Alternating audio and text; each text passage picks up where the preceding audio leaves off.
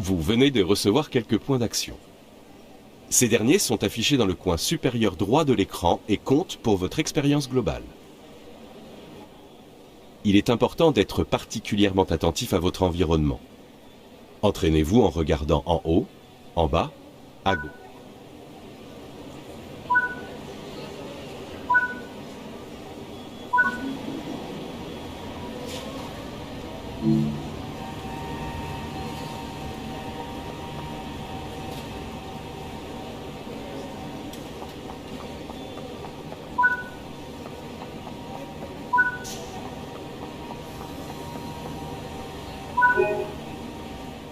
Voici une des nombreuses interactions à découvrir, mais elles ne seront pas toutes aussi faciles à trouver.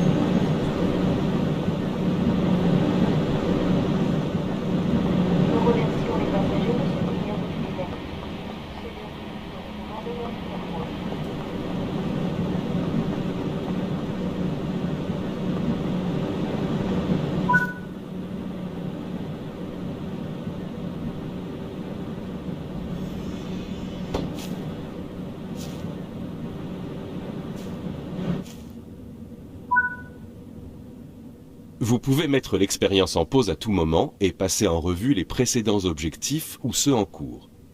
Essayez dès maintenant, puis retournez dans le jeu lorsque vous êtes...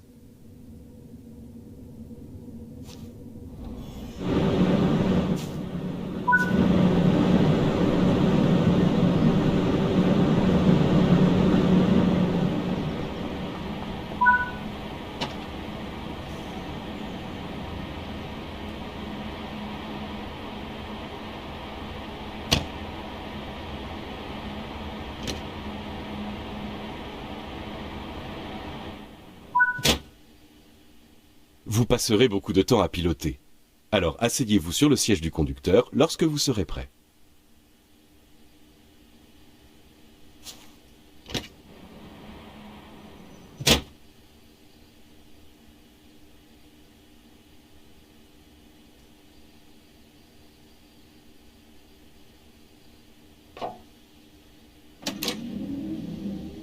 Un affichage est apparu à droite de l'écran. Il vous indiquera les actions du train en cours. Voici l'affichage de la vitesse. La vitesse actuelle est représentée par une barre mobile. Le repère rouge désigne la vitesse maximale actuellement autorisée.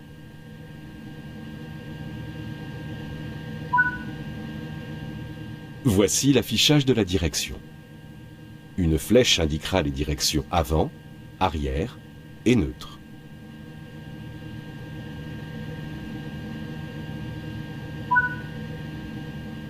Voici l'indicateur de puissance. Un nombre vous indiquera la position dans laquelle se trouve le contrôle de puissance. Voici les indicateurs de freinage. Ils affichent l'état des divers systèmes de freinage permettant de les gérer de façon indépendante. En haut à droite, vous trouverez les indicateurs de signaux et de limitation de vitesse. Il vous indique ce qui est en approche et la distance où cela prendra effet. Certains de ces affichages peuvent être masqués via le menu des paramètres pour une expérience plus intense.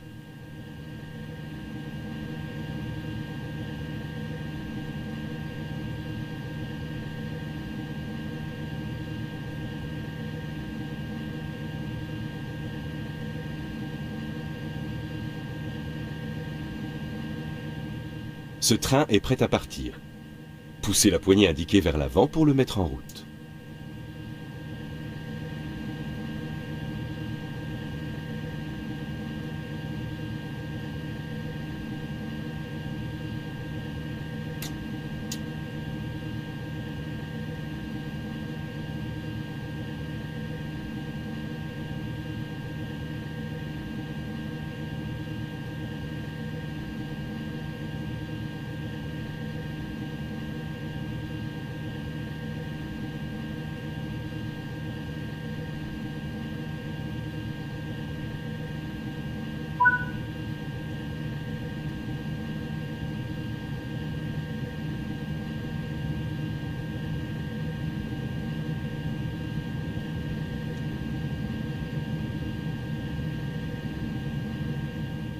La gare de Marseille-Saint-Charles est un terminus majeur de la deuxième plus grosse ville de France qui connecte des lignes à grande vitesse et comprend des services internationaux avec des lignes régionales locales.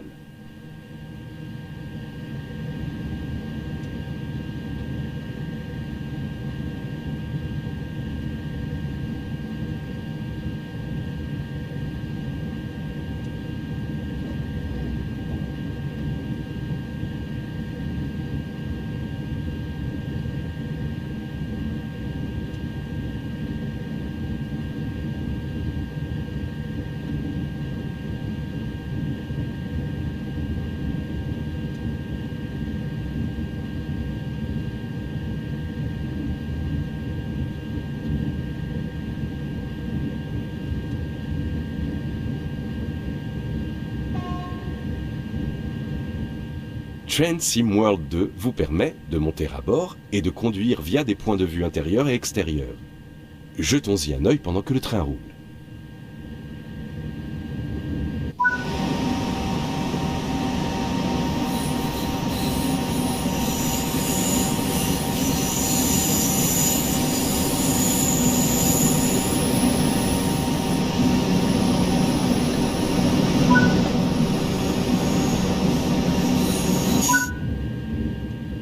Vous n'avez exploré qu'une petite zone.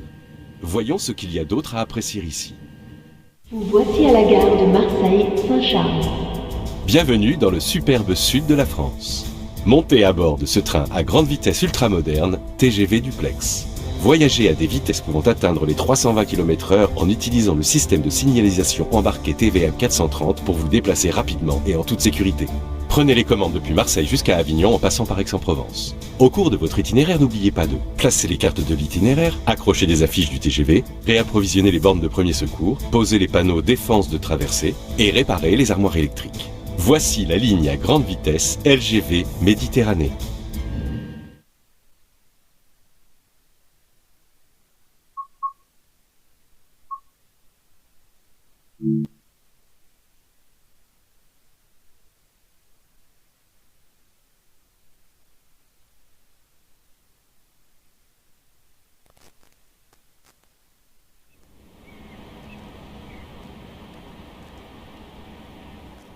Bienvenue à Marseille pour cet entraînement à la conduite. Aujourd'hui, vous apprendrez à manœuvrer ce TGV Duplex série 200 de la SNCF en livrée Carmillon. Lors de cette brève introduction, nous allons vous présenter les commandes essentielles de conduite et de transport des passagers. Montez à bord pour démarrer.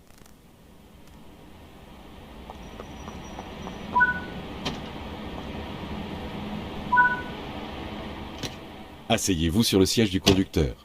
C'est ici que vous passerez la plupart de votre temps.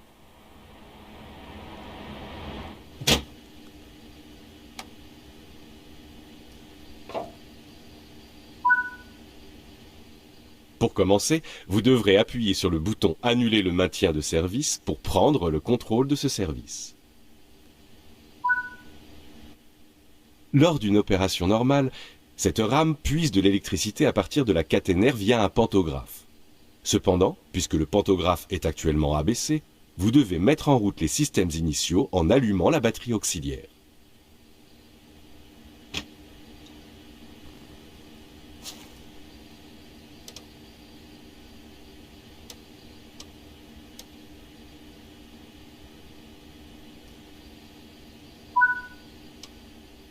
Pour activer le pupitre, positionnez l'interrupteur principal sur On.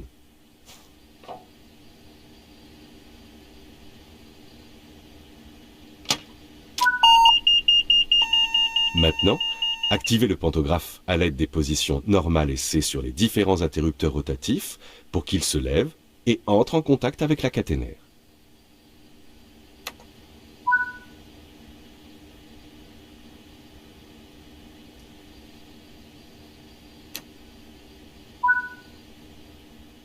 Le réglage C doit être utilisé dans la zone de Marseille.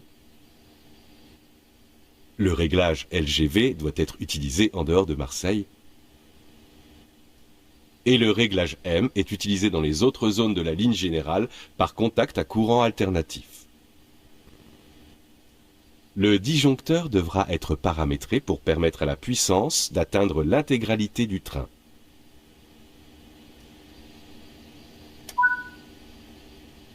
Maintenant que le disjoncteur est réglé, il va devoir être armé. Pour cela, utilisez la commande indiquée.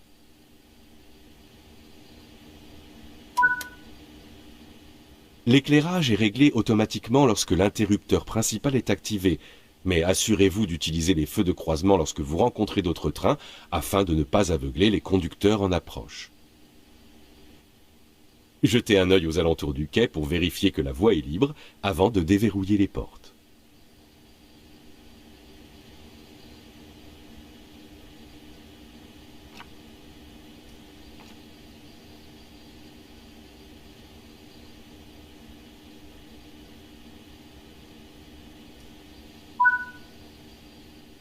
Vous devrez ensuite procéder au test de freinage.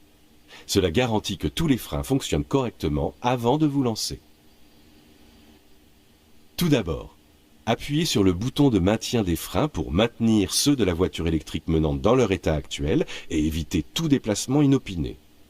Cela signifie que pendant ces tests, vous ne verrez pas le manomètre du cylindre de frein de la locomotive bouger.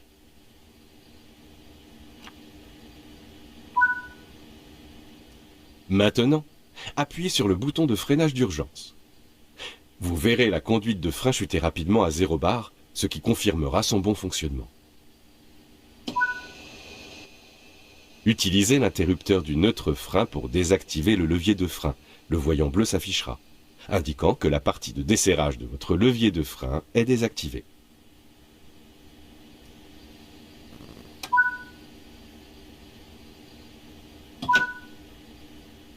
Vous pouvez maintenant Maintenant que vous avez testé le freinage d'urgence, vous allez tester le fonctionnement du freinage normal. Ensuite, maintenez le frein de train dans la position de desserrage pour monter la conduite de frein sur 5 bars.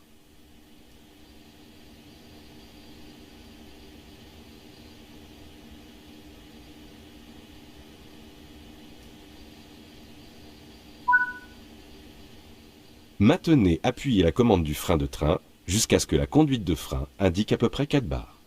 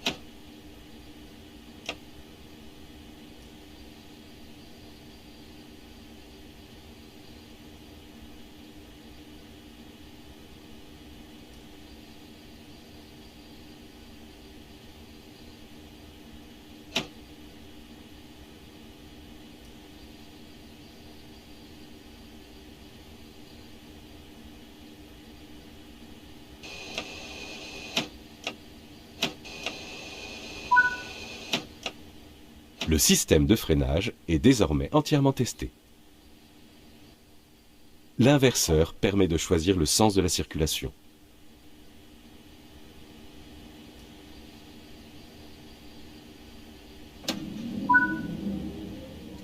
Il existe 3 modes de conduite sur le TGV.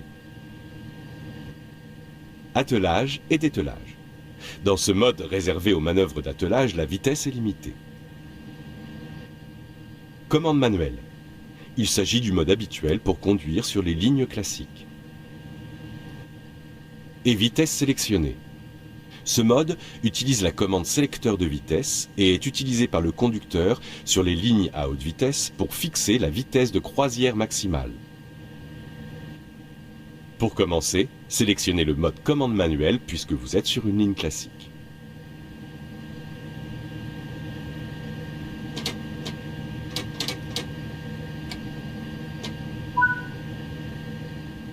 C'est l'heure du départ. Verrouillez les portes.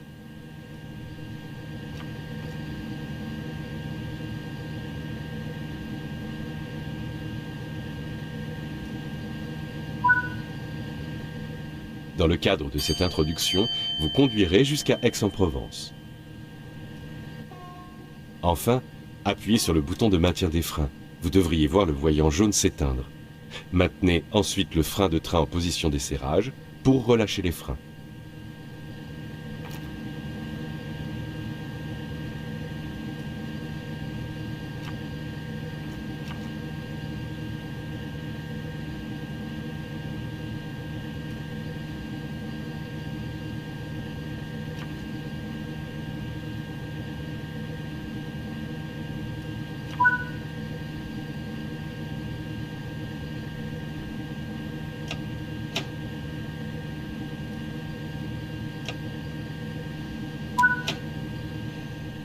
Le train est maintenant prêt pour le départ. Appliquez une légère traction pour vous déplacer.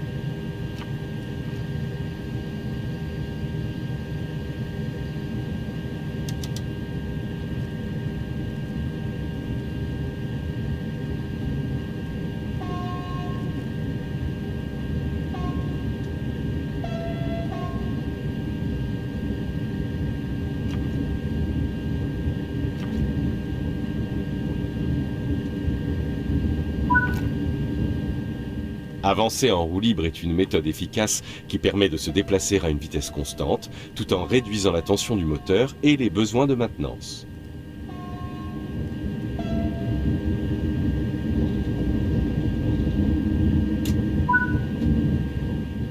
Il est important de respecter les limitations de vitesse. Si vous commencez à les dépasser, maintenez le levier de frein en position serrage pour ralentir.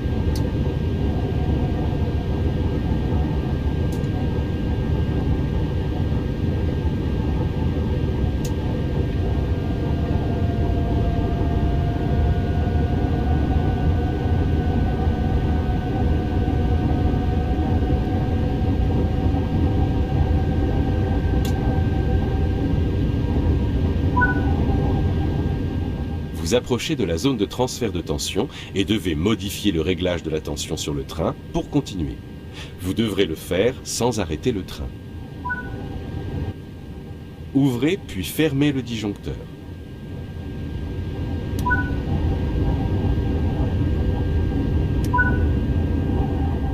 Abaissez le pantographe en positionnant le commutateur sur abaissé. Puis, modifiez le commutateur du mode pantographe sur LGV.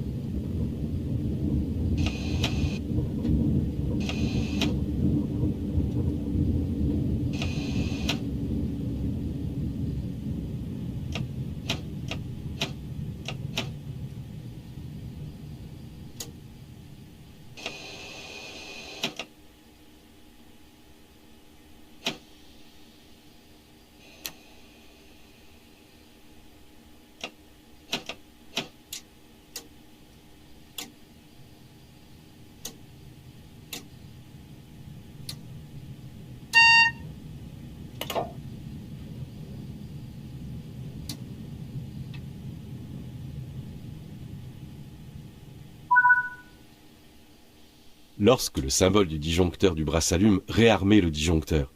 Cela signifie que vous pouvez désormais augmenter la puissance jusqu'à la vitesse indiquée sur l'affichage TVM. Bien joué. Vous êtes prêt à poursuivre l'aventure.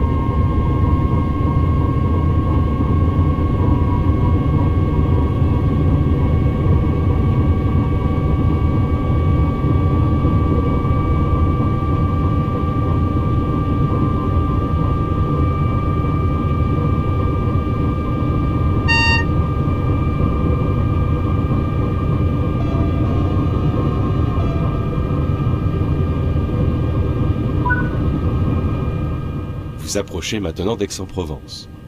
Appliquez une légère force de freinage pour assurer un arrêt en douceur.